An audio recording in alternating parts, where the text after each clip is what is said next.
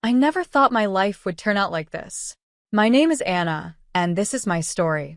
I was born to farmers, good people who taught me the value of hard work from the time I could walk. Our days started early, before the sun came up, taking care of the animals and crops. Life was simple then. I would go to school, come home, and help out on the farm. Weekends were for spending time with family and catching up on chores. It was all I knew, and I was happy with it. But things changed after I graduated high school. My parents, bless them, wanted more for me than a life on the farm. One evening at dinner, my dad said, "Anna, we've been talking. Your mom and I think you should go to college." And just like that, my world got bigger. I packed my bags and moved to the city, a place so different from what I was used to that it felt like another world. College was an experience. The classes were interesting, but it was the people that really opened my eyes. Students came from all kinds of backgrounds, with dreams and plans I had never imagined. Then I met Scott in my third year. He was charming, confident, and so different from the farm boys back home. Scott seemed to know exactly what he wanted from life.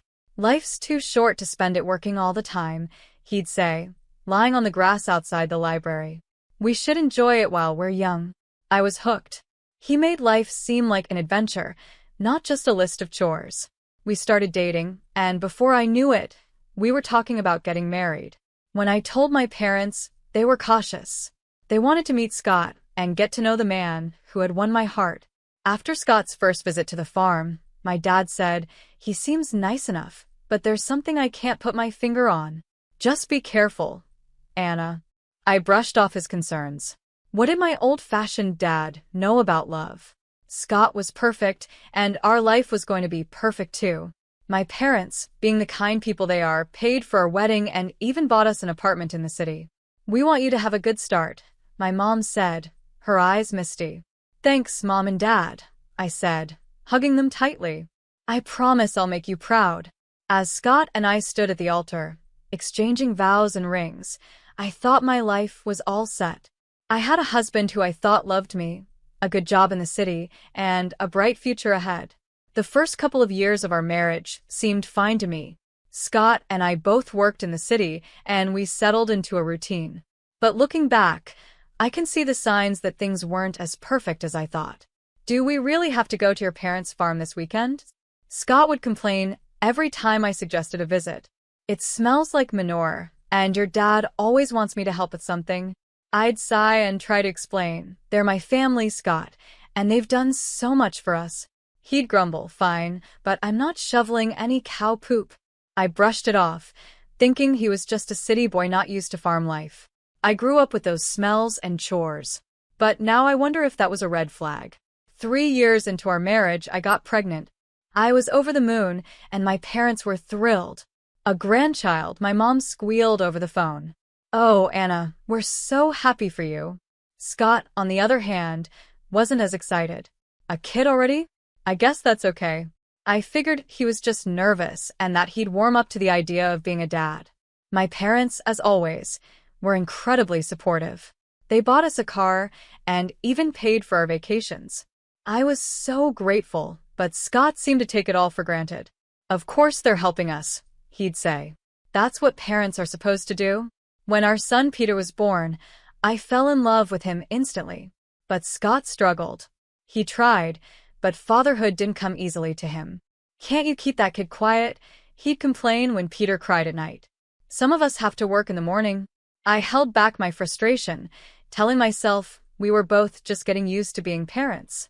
Life went on, and we visited the farm when we could, though Scott became more reluctant with each trip. "Your dad wants me to help fix the tractor again," he'd groan. "I'm not a mechanic." I'd watch my dad and Scott working together, my dad patiently showing him how to fix things while Scott fumbled with the tools, looking annoyed. Then, within a year, both of my parents passed away. I was heartbroken. "They're gone, Scott," I sobbed into his shoulder. "I can't believe they're really gone." He patted my back awkwardly and said, "It'll be okay. At least they left us the farm." His words shocked me. The farm, my family's legacy, and all Scott could think about was what we'd inherited. A few months later, Scott dropped a bombshell. "We should sell the farm," he said one night at dinner. We could buy a big house in the city and live like royalty. I wanted to argue, to fight for my family's legacy, but I was so tired, worn down by grief and the challenges of being a mom. Wasn't I supposed to support my husband's decisions? Okay, I said quietly, if you think it's best. And just like that, with a few signatures on some papers, my family's history was sold to the highest bidder. The money went into our joint account, and Scott was overjoyed. We're set for life, Anna, he said, thrilled. No more working ourselves to the bone. We can do whatever we want now. I nodded and smiled, trying to push down the emptiness I felt inside. This was what Scott wanted, and as his wife, wasn't I supposed to support him? After selling the farm, life changed. The money from the sale gave us some comfort. I'll give Scott that. We didn't have to work as hard anymore. We both cut back to part-time hours, and for a while, it felt like we were living the dream. But as time passed, I started noticing things. Scott, who had never been much of a hard worker, seemed to lose all motivation. He'd quit jobs without a second thought, always with some excuse. That boss was a jerk, he'd say, or they expected too much. I'm not a slave, you know? I tried to reason with him. Scott, we can't live off the farm money forever. We need to think about the future. He'd just wave me off. Relax, Anna. We're set for life. Why work ourselves to death? Meanwhile, our son Peter was growing up quickly. He finished high school, then college, and soon he was working and living on his own. I was so proud of him, but I missed having him around. One day, I was reading the newspaper when a name jumped out at me. It was an article about a successful concrete plant owned by Scott's Uncle John. Scott. I called out, "Did you see this article about your Uncle John?" Scott's face darkened.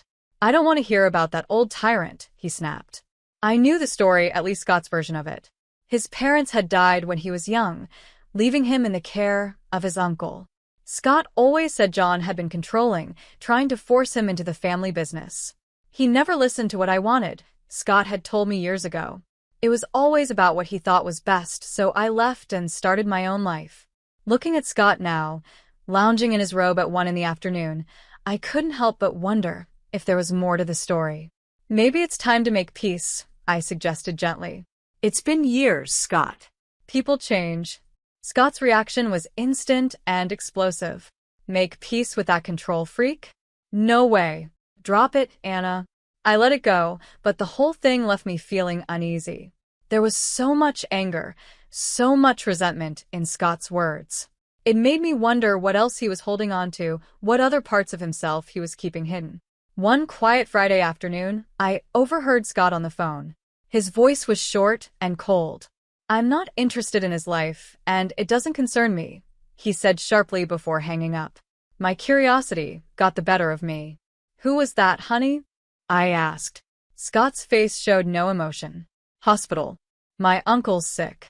If he dies, maybe I'll finally get something out of him." I was shocked. "Scott, that's a horrible thing to say." "He raised you?" "Yeah, and he made my life hell," Scott snapped. "I'm not going to see him." End of story. He picked up the remote and settled back into his chair. Something broke inside me. This wasn't the man I had married. This wasn't the person I thought I knew. Without saying a word to Scott, I went to the bedroom and called Peter. "Hey, sweetie," I said when he answered. "How would you feel about meeting your great-uncles?" Peter was surprised but agreed quickly. An hour later, we walked into the hospital, my heart racing. The ICU was filled with the sound of beeping machines and soft voices. There, in a bed surrounded by monitors, was Scott's Uncle John. He looked small and weak, nothing like the controlling man Scott had described. When we introduced ourselves, his eyes filled with tears. "Anna, Peter," he said, his voice soft but warm. "I've wanted to meet you for so long." For the next hour, John told us his side of the story. He explained how he had taken Scott in after his parents died and raised him like his own. "I loved that boy," John said, his voice breaking. "I wanted him to have everything, carry on the family business, have a good life. But Scott had other ideas." John went on to explain that Scott didn't want the responsibility. He said he didn't want to work hard like I did, staying up at night worrying about the business. As John spoke, I felt a sinking feeling. His words painted a picture I knew all too well. Scott demanded I sell the business, John said, shaking his head. He wanted me to give him a monthly allowance, an apartment, a car. He said I owed him a carefree life. I glanced at Peter, and I could see the same shock on his face. I told him that's not how life works, John continued. I begged him to stay and learn the business, but he just got angry. He said he'd find a rich wife and never have to work again.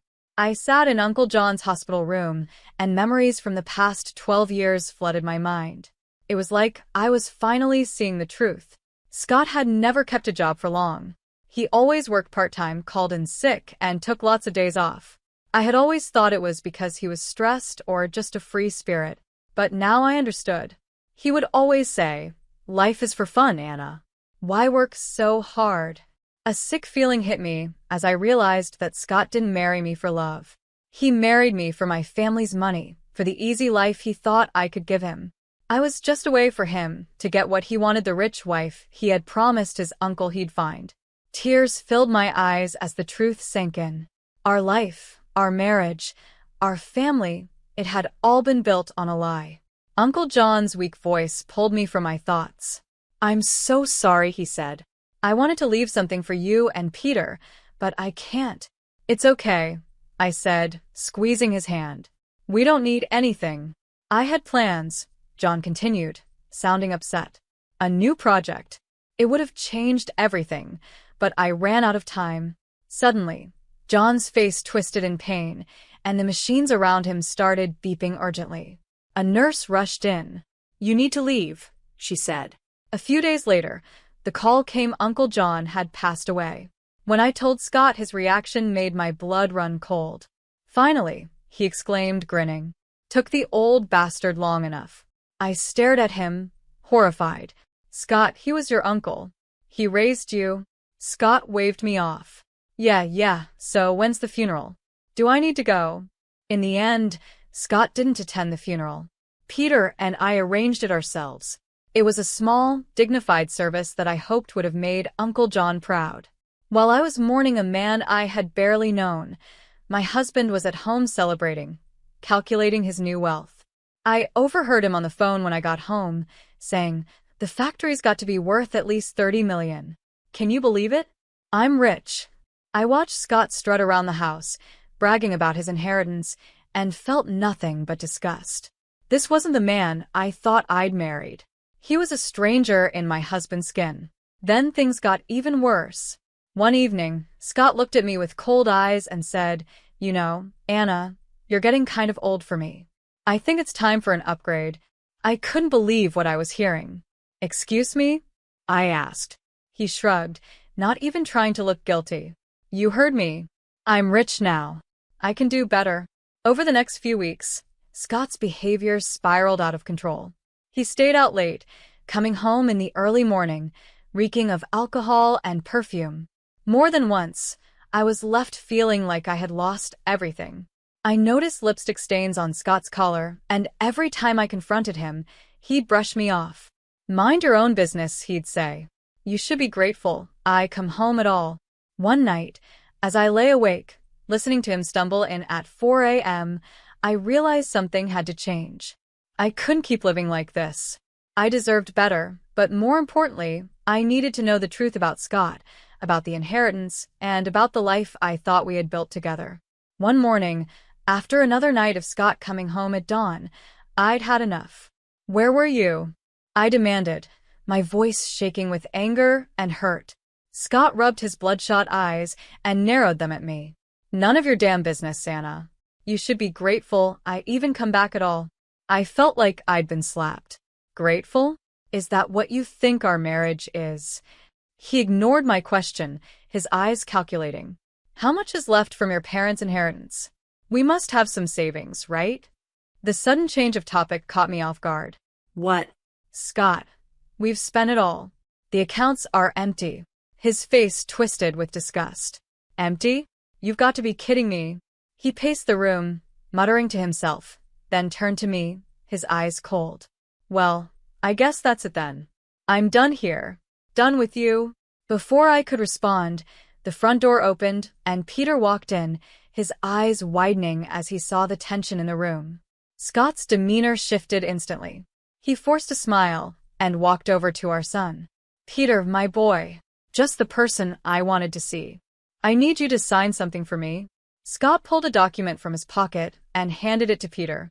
"It's just a formality. You're giving up any claim to Uncle John's estate. Since there's no will, it all comes to me anyway." Peter looked confused, glancing at me for guidance. After I gave him a small nod, he signed the paper without hesitation. Scott's grin was triumphant as he grabbed the document back. Then, as if a switch had flipped, he turned to me, his voice cold and flat. "I want a divorce," he said. "I never loved you, Anna. I just put up with you for your parents' money. But now I'm rich. I don't need you anymore." His words hit me like a punch, even though deep down I had suspected this. Hearing it laid out so bluntly was still devastating. "I'm moving to Uncle John's house," Scott continued, already packing a suitcase. "Don't try to contact me. It's over." And just like that, he was gone. 33 years of marriage packed into a suitcase and out the door.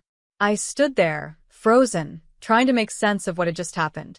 It felt unreal, like a bad dream. I couldn't hold it together any longer. "Mom?" Peter's voice was soft, full of concern. "Mom, are you okay?" I turned to look at my son, my steady rock, and the dam broke. Tears poured down my face as Peter wrapped his arms around me. "It's okay, Mom," he whispered, holding me tight. "We'll get through this. You're strong, and you'll be okay." As I clung to him, sobbing into his shoulder, I couldn't help but be amazed at the man he had become, kind and compassionate, everything his father wasn't. Then I realized something. "You're the best thing he ever did," I whispered to Peter. "The only good thing to come out of this marriage." Peter hugged me even tighter, and in that moment, I knew that no matter what happened, I wasn't alone. I had my son, and together, we'd face whatever came next. The weeks after Scott left were a blur of pain and disbelief. I tried to stay strong, to focus on moving forward, but it wasn't easy.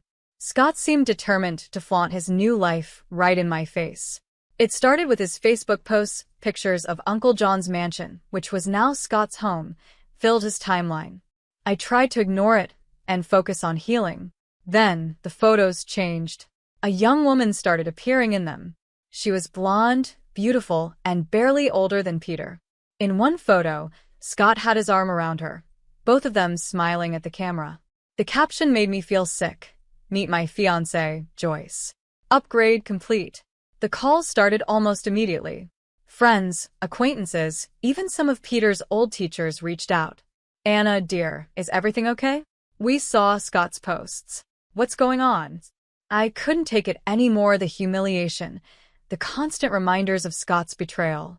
It was all too much. So, I did something I never thought I'd do. I called Scott and asked to meet. After speaking with a lawyer, the day of the meeting arrived. I waited at our old favorite cafe, divorce papers in hand. Scott strolled in with Joyce on his arm. She couldn't have been more than 27, her face covered in makeup, giggling at something Scott whispered in her ear. Well, Scott smirked as he pulled out a chair for Joyce. "If it isn't the old ball and chain." "Joyce, honey, meet Anna, the starter wife." Joyce gave me a pitying look that made my blood boil, but I kept my cool. "I have the divorce papers here," I said, sliding them across the table. "I'm not asking for much, just the house. You can keep everything else."